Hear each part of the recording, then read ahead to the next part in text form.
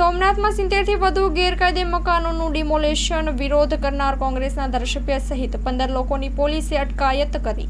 સોમનાથમાં good luck circle પાસે આવેલ સરકારી જમીન સર્વે નંબર 831 પર તંત્રનું મોટું ડિમોલેશન હાથ ધરાયું। જમીન પર 70થી વધુ રહેણાંક મકાનોનું દબાણ દૂર કરાયું। તંત્ર દ્વારા અનેક નોટિસ આપવા છતાં દબાણકારોએ મકાનો ખાલી કર્યા ન હતા। વહેલી સવારે પ્રાંત અધિકારી વિનોદ જોશી, મામલતદાર સામડા અને નગરપાલિકા ચીફ ઓફિસર પાર્થિવ પરમારની આગેવાનીમાં પોલીસ બંદોબસ્ત સાથે ડિમોલેશનની કાર્યવાહી શરૂ કરવામાં આવી। દબાણકારોએ વિરોધ પ્રદર્શન કર્યું અને મહિલાઓએ રસ્તા પર સૂઈ જઈ કામગીરીમાં અવરોધ કર્યો। સોમનાથના કોંગ્રેસના ધારાસભ્ય વિમલ ચુડાસમા પણ સ્થળ પર પહોંચ્યા વિરોધ પ્રદર્શનમાં જોડાયા। તેમણે આરોપ લગાવ્યા કે દબાણકારો વર્ષોથી રહે છે, તેઓ નગરપાલિકાને વેરો ભરે છે, વીજ કનેક્શન પણ છે। તંત્રની સમજાવટ છતાં વિરોધ ચાલુ રહેતા પોલીસે હળવો બળ પ્રયોગ કર્યો અને ધારાસભ્ય સહિત 15થી વધુ લોકોની અટકાયત કરી।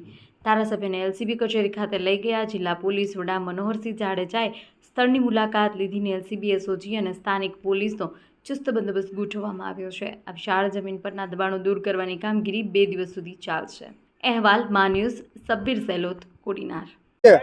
અને એને તંત્ર દ્વારા કોઈ નોટિસ નહીં કે કંઈ કીધા વગર એમને 3 દિવસ પહેલા એમના લાઇટ બિલ કાઢી નાખવામાં મીટરો કાઢી ગયા છે।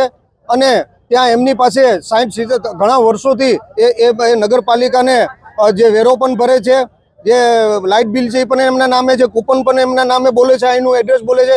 એ તમામ પુરાવા છે।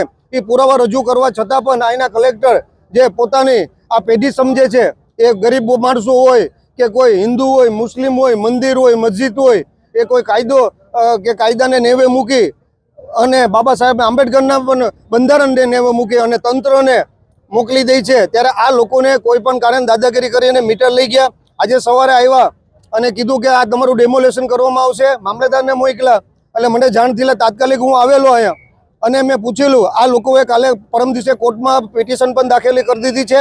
મામલેદાર, કલેક્ટર અને પીજીવીસીને નોટિસ પણ કોર્ટ દ્વારા ઇસ્યુ કરવામાં આવી છે। એટલે આ કોર્ટ મેટર છે। કાયદાને નેવે મૂકીને કામ કરવાનો પ્રયત્ન કરે છે। મેં પોલીસ તંત્રને પૂછ્યું તો પોલીસ તંત્રએ કીધું કે અમને કોઈ, મેં કીધું તમારી પાસે ડેમોલેશનનો ઓર્ડર છે? તો કીધું કે અમારી પાસે કોઈ ડેમોલેશનનો ઓર્ડર નથી, અમે કાયદો વ્યવસ્થા જાળવવા માટે આવ્યા છે। અહીં બધા શાંતિથી બેઠા છે। અને જો આના માટે પણ આજે કોઈ પણ હવે સોમનાથની પ્રજા, હિન્દુ મુસ્લિમ તમામ સમાજ એક થવાનું છે। કારણ કે આ કલેક્ટરને ગૌશાળા પણ નડે છે, મંદિર પણ નડે છે, મસ્જિદ પણ નડે છે, ગરીબ માણસો પણ નડે છે।